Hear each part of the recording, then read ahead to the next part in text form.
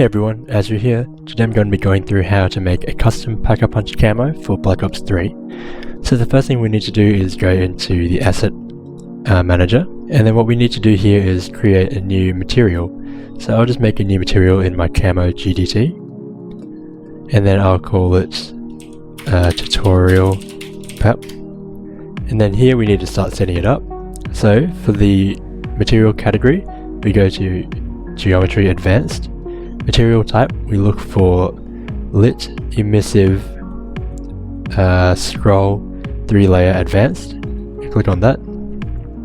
And then for our surface type, we just go none and gloss range full. And then now we come down to here, and then this UV toggles will show us which order the layers will go in game. So that means that layer 3 will be on the top, layer 1 in the middle, and layer 2 at the bottom. We go down a bit more and we can see here use gameplay intensity. Make sure you check that, and then we can start putting in our camo maps. So we go here to layer 1 and we can just put a camo map in here. For this tutorial I've made a few custom ones, and they simply look like this. I'm not going to be using this one. And then I've tinted this one a bit green and tinted this one a bit yellow so that we can see what they look like in the preview. So we close that out, and then we can just go here and click on the new image icon, and then we'll just name this, say, layer 1, and then we'll just pick the camo that we want to use on it. So I'll pick this one first, and then what we can do is go back to our material, and I'll bring up the preview for a second and put it back in here. Alright, so for now you just see a reflective sphere. That's alright.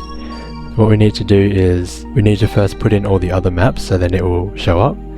So for our layer 3, I'll just call it L3, and then I'll choose the green camo for this one, and then I'll go down even more for layer 2, and then choose another layer here. So you can choose as many as you want. Because I'm doing the 3-layer material type, I'm going to be choosing 3 materials.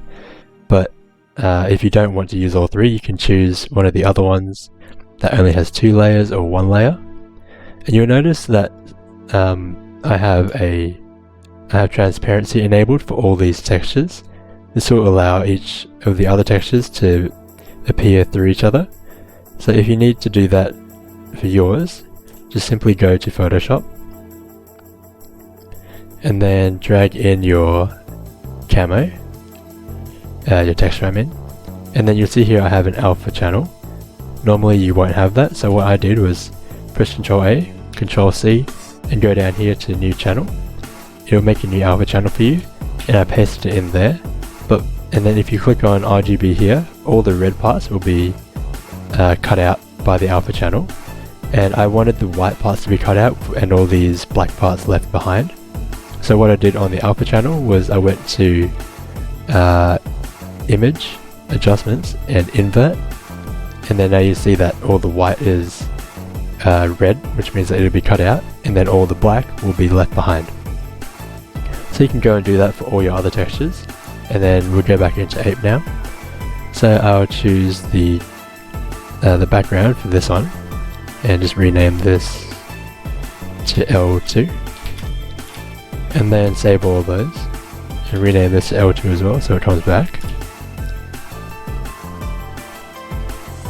And if it gives an error icon here, just delete your material, go back here, and then go create a new material with the same name, and then choose your texture again, save it, and then it should be fine there. And then we need to scroll down a bit more to scale, change all these to 1 and zoom to 1, and do that for all of them. And then down here for the color map, we can use anything. I'm just going to use black color. Ambient, occlusion, and normal we don't need to touch.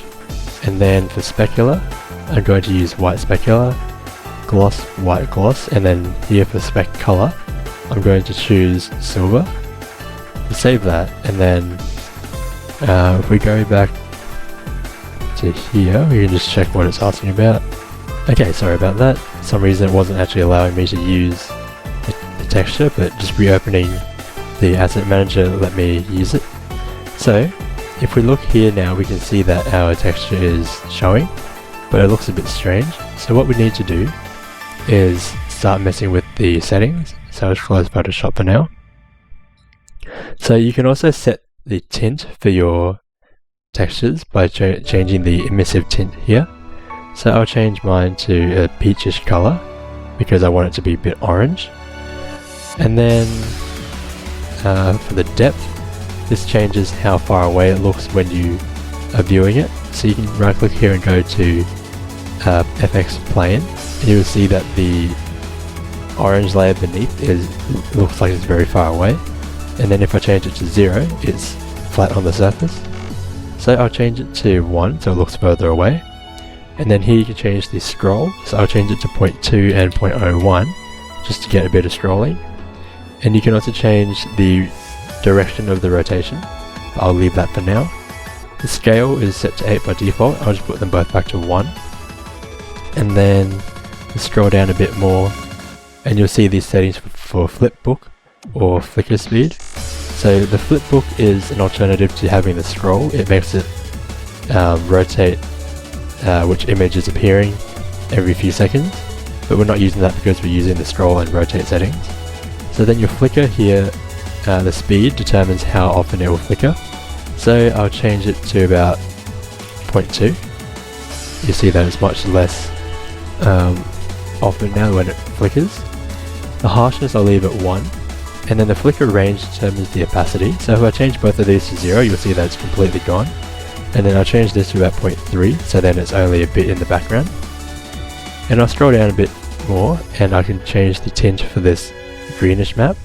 I'll make it this bluey color, and I'll zoom out a bit. So then for depth, I'll leave this at 0, and then for scroll, I'll put it to -0.2 and say 0.01, just for a bit of movement, and now you can see it in the background there.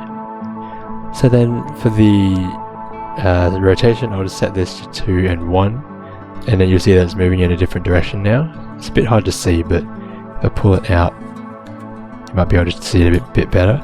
There you go.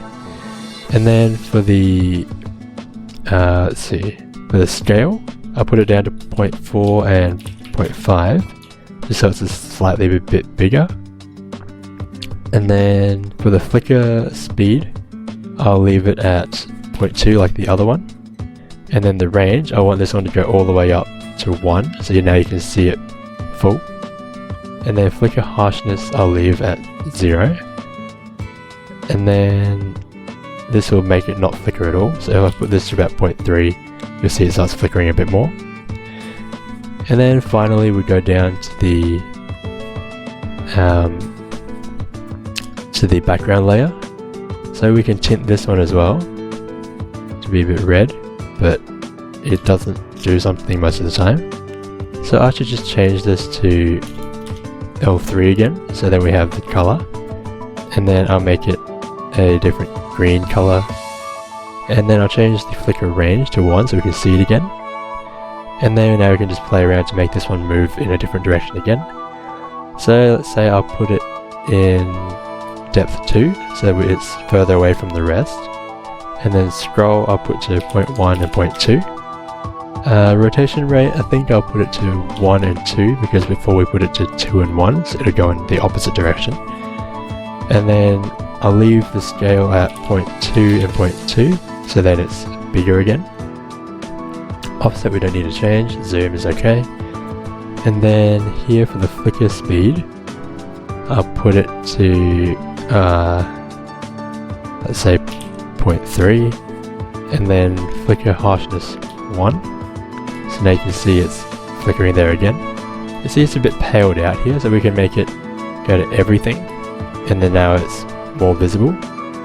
So like I said before, it looks like the orange and green ones are further away than the blue one. So then when the blue is scrolling on the weapon, it'll be on the surface, and then the green and orange ones will look like they're at the back.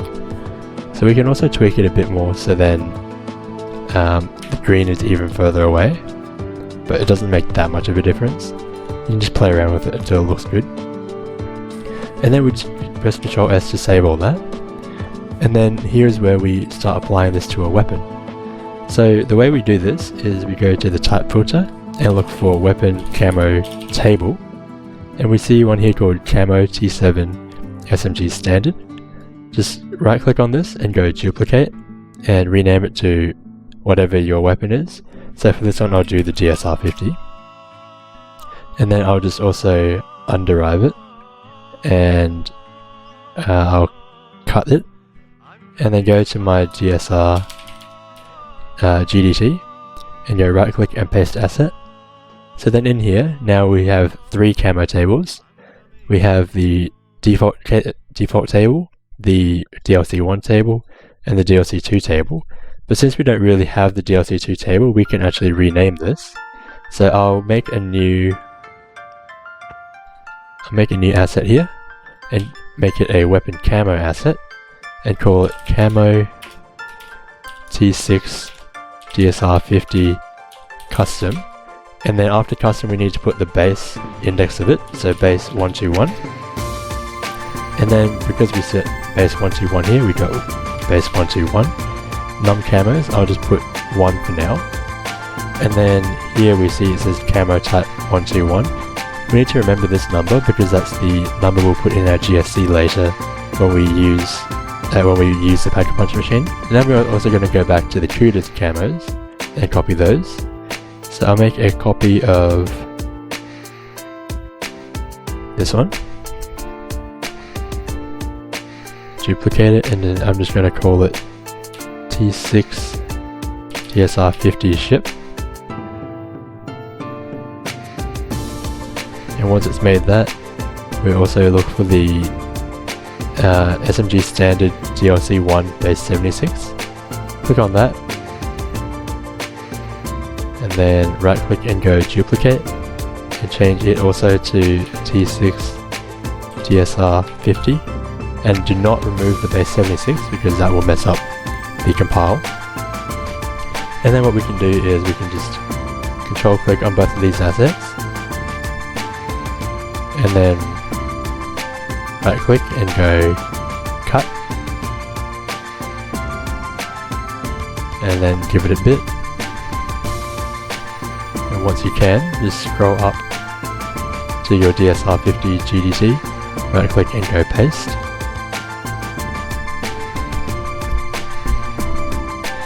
And then what we need to do is for our base materials here, we'll start with the ship material, ship asset, but we have to do this for the other 2 as well. So we go back to the ship asset, and then here for the base material we start choosing the materials that we want our camo to apply to. So I'll just go camo 1 here, and then you see, okay, here we have GSR-50 and GSR-50 camo 2. So we'll just put that in there, and then scroll down slightly until we find camo 2, and then we just go search for camo 2 and place the GSR-50 camo 2 in there. And then we can also add, we need to add 2 base materials. Just click out of it and then click back in to update the view. And here for base 1 we just need to add in the camo 2, and then base 2 we put in the scope camo 2. Camo mask, what I do is I make a new image and I called it camo on, and in that image I simply put a white texture. This will make it place over the whole gun. And for older games where they don't actually have the model separated into different textures for the camos, you need to make a camo map here. I'll leave a link in the description on how to do that. But because I'm doing a Black Ops 2 gun, I can just use a white camo and place it on different materials on the gun. So I'll go back to editing our ship asset here, and then I'll just put camo on in the camo mask, And when I do that and click away, you'll see that it updates to have the little preview here of a white box. And then we scroll up and do the same for all of these. And then yeah, now we need to replace the materials here, so I'll go DSR 50 and scope. So then that updates. And also reduce this num base materials to 2. So then we only have the DSR 50s here. And then in the camo we just leave that, we leave all these the same. And then under camo type 2 we go copy from first. And that will copy all the material settings over. And then we go copy to all next. Wait for that to finish. And what that does, it actually enables the stock camos for our custom weapon now. So then you need to do the same thing for the DLC 1 asset, but I'll skip over that because it's the same process. So then for the custom one, we go up, and then for camo type 121, we do the same thing. We just go 2 base materials here, 2 base materials there, save it, and then update. And then here we go camo 2.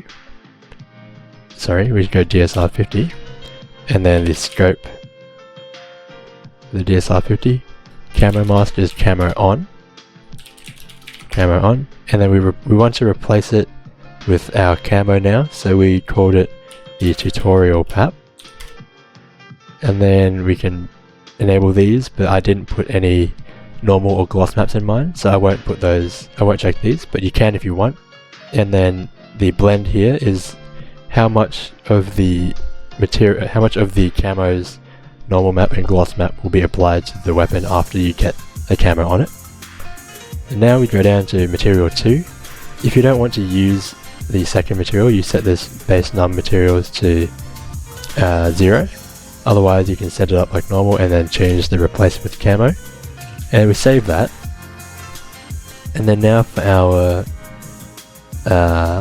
weapon camo table, go back to that, and then we'll find here camo table 3. We just need to replace that with the T6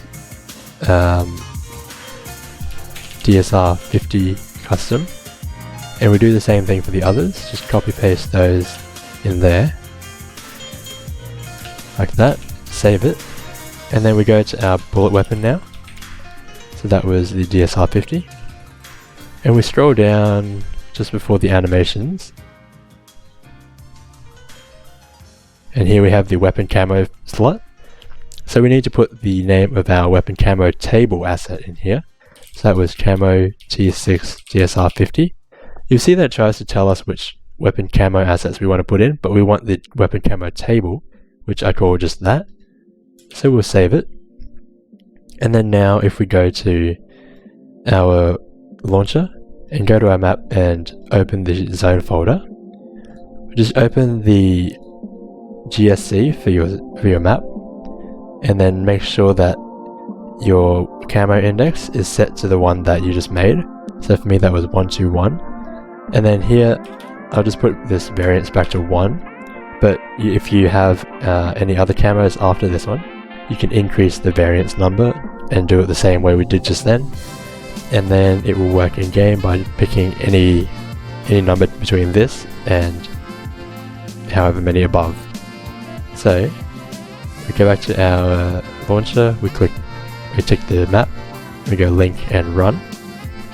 We'll build it now, and then I'll be right back when we're in game. Hey everyone, one thing I forgot to mention is that if you haven't already made your weapon Packer Punchable, what you need to do is go to your Black Ops 3 folder, go to Share, Raw, Game Data, Weapons, ZM, and there you'll find a ZM Level Common Weapons CSV file. Just double click on that and open it in Excel if you have Excel. Otherwise you can just right click and go open in Notepad++. And then we just need to add a new weapon at the bottom here. So it's DSR 50 and DSR 50 upgraded. And then you can just change the cost of your weapon. So I'll make it just 750. And change these to sniper and whatever looks correct. So I'll just copy these across from another sniper I've made before. Save that. and then it'll ask you if you want to keep it as a CSV, just go yes, and then close, and when it asks you to save changes, go don't save. And then you also need to add your weapons and the upgraded variant into your zone file, and once you've done that, you can compile it again. So now when we're in game, just go to the console and go give DSR 50, and then you should get your weapon. So now we just go over here and turn on the power, and then you'll see that we can Pack-a-Punch it. So it'll go in, and when it comes out, it should have your camo on it. Just give that, and there it is. There's your Pack-a-Punch camo on your weapon now. And obviously, if you had a variant, if you put it back in to be re-Pack-a-Punched, it will come out with a new variant. But because I haven't done that, it'll just come out with the same camo every time. But then if you go in,